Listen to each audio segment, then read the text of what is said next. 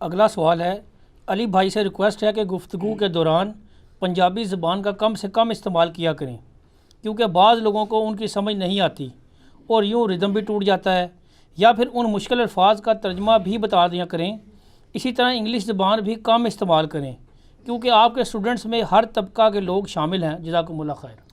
آپ نے خود ہی جواب اس میں دے دیا، جب ہر طبقے کے لوگ شامل ہیں تو جو انگلش والے ہیں ان کے لیے انگلش کے لفظ بھی استعمال کرنا ضروری ہے، جو پنجابی ہیں ان کے لیے پنجابی الفاظ بھی ضروری ہیں۔ ظاہر ہے کہ انڈیا پاکستان کے اندر آلموسٹ 30 کروڑ کے قریب لوگ ایسے ہیں جن کی مدر ٹنگ پنجابی ہے۔ اچھا، اس لیے نہیں کہ میری مدر ٹنگ پنجابی ہے، میں اس لیے اس کو سپورٹ کر رہا ہوں۔ اور جہاں تک انگلش کا تعلق ہے تو چونکہ میری تعلیم انگلش کے اندر ہے تو میں کئی الفاظ انگلش کے فی البدی یوز کر رہا ہوتا ہوں، انٹینشنلی نہیں کر رہا ہوتا، جان بوجھ کے نہیں کر رہا ہوتا۔ باقی ہماری جو گفتگو ہے نا میرے بھائی، کسی کو اگر یہ وسوسہ آ رہا ہے نا کہ یہ سمجھ نہیں آئے گی، وہ اپنے میٹرک کے اسٹوڈنٹ بیٹے کو یا بیٹی کو بٹھا کے ویڈیو دکھا لے جو پنجابی نہ جانتا ہو، انگریزی بھی نہ جانتا ہو، اور کہ یہ دیکھو یہ کیا کہہ رہا ہے، تو وہ آپ کو بتا دے گا۔ کانٹیکسٹ میں کلیئر ہوتی گفتگو۔ پھر ایک یونیورسل زبان ہے اشاروں کی، ایکسپریشنز کی، وہ بتا رہے ہوتے ہیں۔ میں جو پنجابی کے لفظ استعمال کرتا ہوں آپ ان ویڈیوز میں سے نکال بھی دیں تب بھی وہ اپنے میسج میں کمپریہنسو ہوتی ہے۔ پنجابی کے الفاظ میں ایکسٹرا الفاظ کے طور پہ استعمال کر رہا ہوتا ہوں اکثر اوقات۔ بہت پرانی ویڈیو میں کبھی کبھار میں نے گفتگو کر دی، نگلیجیبل ہے۔ ابھی بھی جو الفاظ استعمال کرتا ہوں وہ اس لیے کرتا ہوں کہ اس کا مزہ ہی پنجابی میں آتا ہے، کیونکہ محاورے جو ہوتے ہیں نا وہ جس لینگویج کے ہیں اسی میں یوز کرنے پڑتے ہیں نا۔ یا تو میں پوری تقریر پنجابی میں کر رہا ہوں، حالانکہ میں عام لینگویج میں پنجابی بولتا ہوں سوائے اپنے بیوی بچوں کے۔ میرے جتنے دوست ہیں آپ لوگوں کے ساتھ میں پنجابی بولتا ہوں، لیکن اگر آپ مجھے کہ میں پنجابی میں تقریر کر لوں تو میں فلوئنٹلی نہیں کر سکتا۔ میٹرک تک تو مجھے پنجابی آتی بھی نہیں تھی، کیونکہ ہمارے گھر میں اردو بولی جاتی تھی، تو پنجابی تو میں نے بعد میں سیکھی ہے شوق سے۔ سر کئی لوگ ہیں جنہوں نے پنجابی باقاعدہ سیکھی ہے۔ مجھے ایک دفعہ ایک بھائی نے رابطہ کیا آج سے 5-6 سال پہلے، ان دنوں میں فون بھی سن لیا کرتا تھا، عرب کنٹریز میں سے ایک بندے نے، ہے وہ بیسیکلی انڈین تھے، تو وہ کہنے لگے کہ جی ہم نے ایک آرگنائزیشن بنائی ہوئی ہے جس میں ہم نے بلڈنگز بھی بنائی ہوئی ہیں، اور جو نیو مسلمز ہیں ان کو ہم اکوموڈیٹ کرتے ہیں، خصوصاً جو غریب ہندو ہیں ان کے بچوں کی ہم تعلیم و تربیت کا خرچہ اٹھاتے ہیں بچوں کا، پھر ان کی تربیت کرتے ہیں۔ ان میں سے اکثر لوگ اسلام قبول کر لیتے ہیں، ہم ان کو فورس نہیں کرتے، اور پھر باقاعدہ ان کو ہم یعنی جو علماء دین ہیں ان کے لیکچر سنواتے ہیں نا، اور ہم لوگوں کو شیخ الاسلام کے لیکچر سناتے ہیں۔ میں نے کہا یہ شیخ الاسلام کون سا ہے؟ میں سمجھا شاید کوئی ڈاکٹر تعلق قادری صاحب کے بارے میں بات ہو رہی ہوگی، یا شیخ الاسلام بھی ہر ایک بندے کا اپنا پڑا ہے نا، تو یا کوئی پرانے شیخ الاسلام کی تو ویسی ویڈیوز نہیں ہیں، ابن تیمیہ کی یا سبکی کی، یہ کون ہے؟ تو کہنے لگے جی وہ آپ کے ملک کے شیخ الاسلام ہیں، فیصل آباد کے مولانا اسحاق صاحب رحمہ اللہ تعالی، فوت ہو چکے تھے، ان کے فوت ہونے کے بعد کی کال ہے۔ میں نے کہا ان کے تو لیکچرز پنجابی میں۔ وہ کہتا جی میں اردو سپیکنگ ہوں، میں نے پنجابی سیکھی ہے اپنے سکھ دوستوں سے، اس شوق میں کہ میں نے مولانا اسحاق صاحب کو سننا ہے۔ ان کی پنجابی بھی ہمیں اتنی اچھی لگتی تھی کہ ہمیں کئی باتیں ویسے ہی سمجھ آ جاتی تھی۔ دل سے جو بات نکلتی ہے وہ اثر رکھتی ہے سر، وہ دل سے اڑ کے دل پہ پہنچتی ہے، تو کہتے ہیں پنجابی سیکھی ہے۔ تو میں انٹینشنلی الفاظ نہیں استعمال کرتا، لہٰذا میرے یہ معذرت آپ قبول کریں۔ آپ ہمارے ملک میں بھی دیکھ لیں، آپ کے جتنے یہ ٹاک شوز ہیں ان میں بھی آپ دیکھیں گے لوگ پنجابی کے الفاظ استعمال کر لیتے ہیں۔ ہمارے پولیٹیشینس بھی جب کوئی مثال دینی ہوتی ہے، ایون ہمارے پرائم منسٹر صاحب پنجابی شعر بھی کئی بار پڑھ دیتے ہیں سمجھانے کے لیے۔ اور جو آپ کے ملک میں زیادہ پروگرام دیکھے جاتے ہیں جو مزاحیہ پروگرام، وہ سارے پنجابی میں ہی چل رہے ہیں، حالانکہ آپ وہ صرف کیا پنجابی اس کو دیکھ رہے ہوتے ہیں۔ اب جو حسب حال ہے سہیل احمد صاحب کا، کیا وہ صرف پنجابی دیکھ رہے ہیں؟ یا یہ جو خبر یار ہے آفتاب اقبال صاحب کا، یہ صرف پنجابی دیکھتے ہیں؟ اکثر الفاظ تو اس میں پنجابی کے ہیں، اور کئی جو مشکل الفاظ ہیں ان کے نیچے اردو میں وہ پٹی بھی چلا دیتے ہیں، لیکن لوگ انجوائے کر رہے ہوتے ہیں، وہ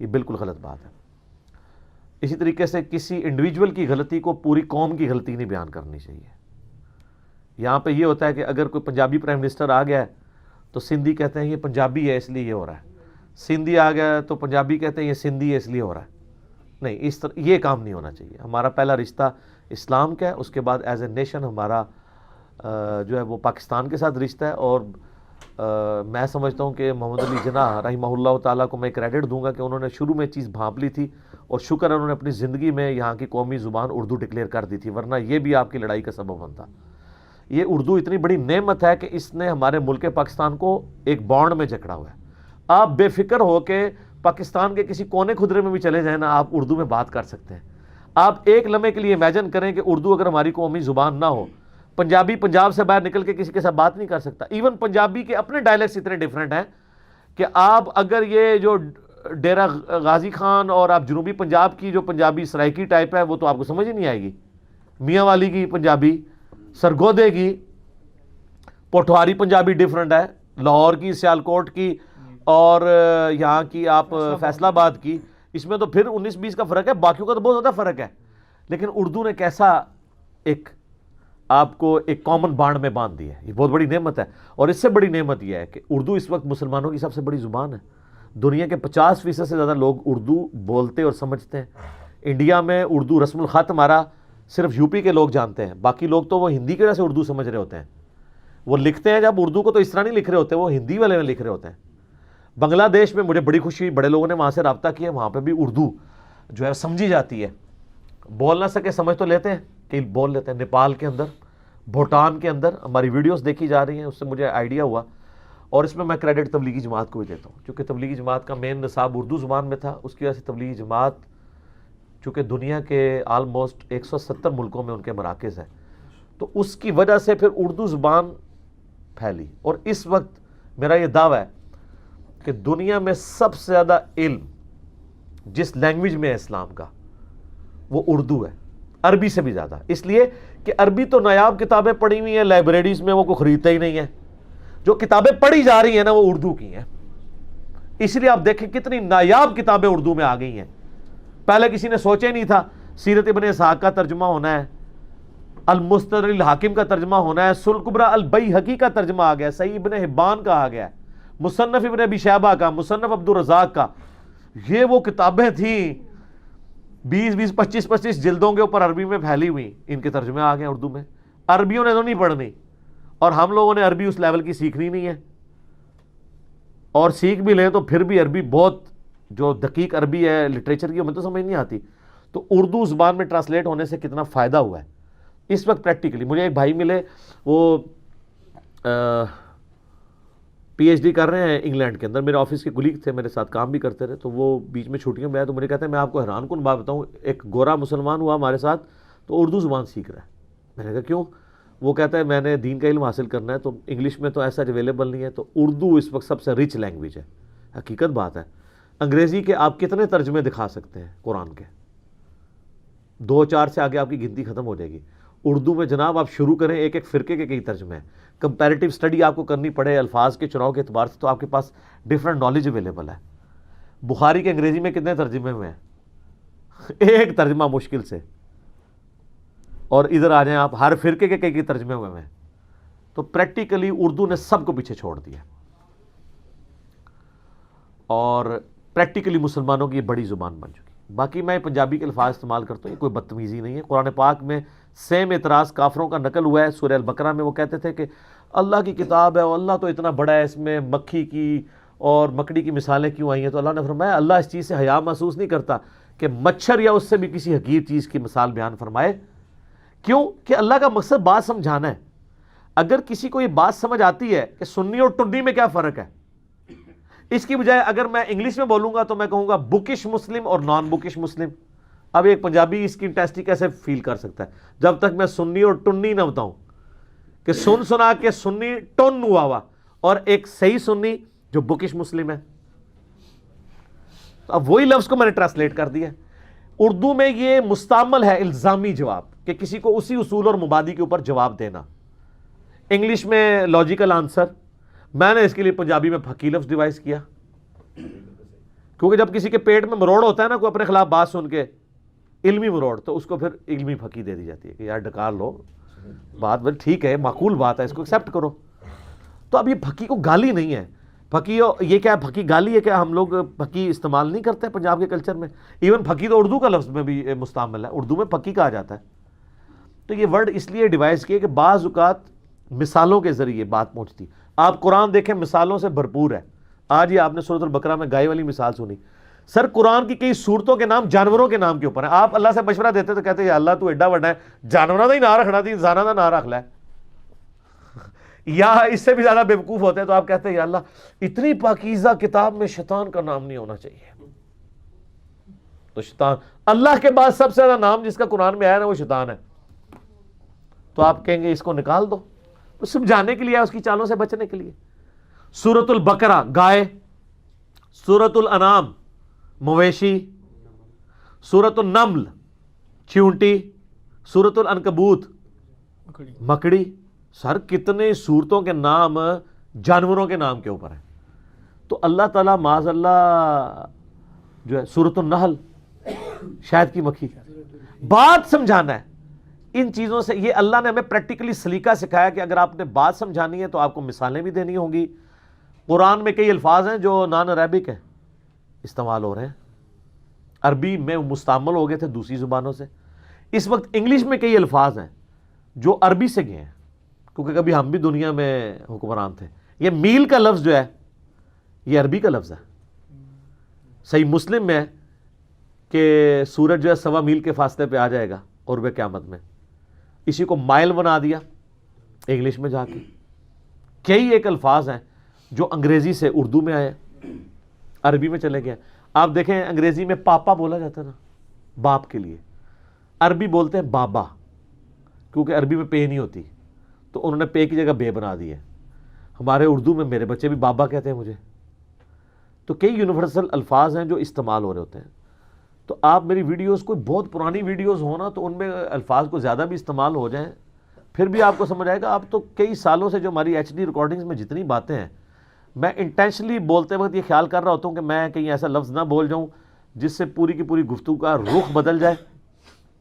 ٹھیک ہے، لیکن مزہ پنجابی میں آتا ہے، کیا کریں، وہ ٹیسٹ بولنے میں بھی. ٹھیک ہے نا. اب میں یہ جو کہتا ہوں کام چک کے رکھو، ٹھیک ہے، آپ اس کو جتنا مرضی اردو میں کہتے ہیں کام اٹھا کر رکھیں. چک کے رکھو تو اٹھا کے رکھو میں بڑا فرق ہے سر. ٹھیک ہے نا. تو یہ اور صرف پنجابی نہیں ہے، انگلش کے بھی میں کئی لفظ استعمال ایسے کرتا ہوں جن کا مزہ انگریزی میں ہے. اب اینٹی وینم، اس کو میں اب اردو میں کیا ٹرانسلیٹ کروں؟ ٹھیک ہے، کیا ہوگا جی اس کا اردو ترجمہ؟ تریاک. ہوں تریاک میں بول دیا تو کتنے اردو دیان ہیں ان کو تریاک کا مطلب پتا ہے؟ اینٹی وینم، وینم کا علاج اینٹی وینم. ٹھیک ہے، تو یہ پاسبل نہیں ہوگا. نیکسٹ بھی مجھ سے امید نہ کریں. آپ اس بعض اوقات اس ٹینشن میں لوگ آ جاتے ہیں کہ پتہ نہیں علی بھائی نے کوئی ایسی بات کر دی ہے جس سے کوئی اور مطلب نکل رہا ہے. نہیں سر، جس طرح ایاک نعبد و ایاک نستعین کے بعد کوئی بھی آیت یا علی مجھے ثابت نہیں کرتی، اس طرح میری گفتگو میں کوئی بھی پنجابی کا لفظ جو میں میسج آپ کو کنوے کر رہا ہوں اس میں فرق نہیں ڈالتا. اور میں اس کو پھر کئی انداز میں ریپیٹ کر دیتا ہوں، کبھی ادھر سے کبھی ادھر سے. ان میں سے ایک چیز کا آپ کو مزہ ہے، آپ اس کو چھوڑ دیں. کئی لوگ یہاں ہیں جی انگریزی کے الفاظ نہ بولا کریں جی، کئی لوگوں کو نہیں آتے ہوتے. یار میں کیا کروں، وہ الفاظ ہے ہی انگریزی میں ہے، پھر میری تو فلوئنسی رک جائے گی زبان کی. اور دوسری طرف کئی لوگ ہیں وہ کہتے ہیں جی ہمیں بڑا مزہ آتا ہے کسی پڑھے لکھے بندے کی بات سن رہے ہیں، انگریزی کے الفاظ آپ بولتے ہیں، بس یہ بیچ میں نا شستہ اردو کے الفاظ نہ بولا کریں. بعض آپ اتنی مشکل اردو بول دیتے ہیں. ٹھیک ہے، تذکیر، تبشیر. حالانکہ میں جب تذکیر بول رہا ہوتا ہوں تو میں نصیحت بھی بول رہا ہوتا ہوں کہ تذکیر یعنی نصیحت قرآن کے ذریعے، تبشیر یعنی خوشخبری سنانا. تو سر آپ تھوڑا سا اپنا بھی نالج انہانس کریں.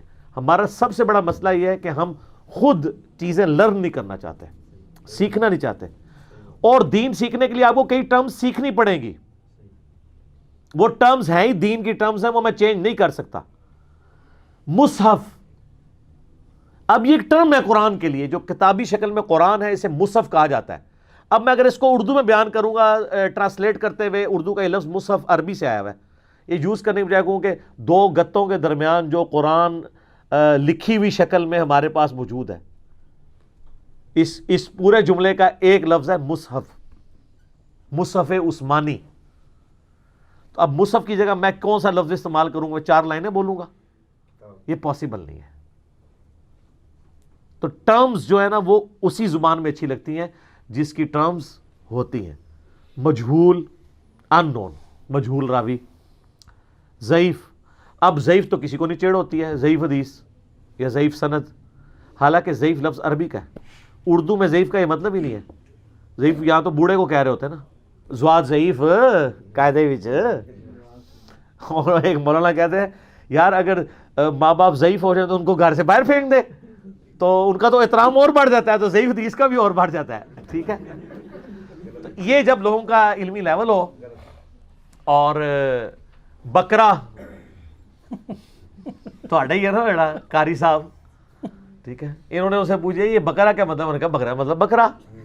اب اس کو کیا پتا کہ عربی والا بکرا جڑا ہے وہ کاف نال ہوتا ہے 2 نقطوں والی، وہ گائے کو کہتے ہیں. اردو والا کاف کش والا ہوتا ہے، اور کاف کلرک والا ہوتا ہے، اور کاف نہیں کہتی ہے نہیں دوسرا کش والا کاف علماء سو والا. ٹھیک ہے نا، بس کچھ کوڈ ورڈز میں بھی باتیں ہونی چاہیے، پھر سخت باتیں ہو جائیں گی. اب میسج پہ غور کیا کریں. اس طرح کی نٹی گریٹی سے آپ پکڑیں گے اس کا کچھ بھی نہیں ہونا. یہ میں کچھ بھی کر لوں، ایک پارٹی راضی ہوتی ہے تو دوسری ناراض ہوتی ہے. میں یہ چیلنج کرتا ہوں کہ یہ پلیٹ فارم وہ ہے جس کی ویڈیو کسی ریڑھی بان کو سنائیں، کسی ڈاکٹر کو سنائیں، کسی انجینئر کو، کسی سرجن کو سنا دیں، کسی پروفیسر کو، کسی بھی بندے کو، وہ اس کو انجوائے کرے گا، کیونکہ اس کی مطلب کہ اس کو کئی باتیں ملیں گی کہ یار یہ ہماری قبیل سے ہے. قبیل بھی مشکل اردو کا لفظ استعمال ہو گیا، یعنی یہ ہماری کیٹیگری میں یا ہمارے اس خاندان سے ہے، یعنی یہ بھی وہ اسی قسم کے ورڈ استعمال کر رہا ہے. تو یہ چیز ضروری ہوتی ہے.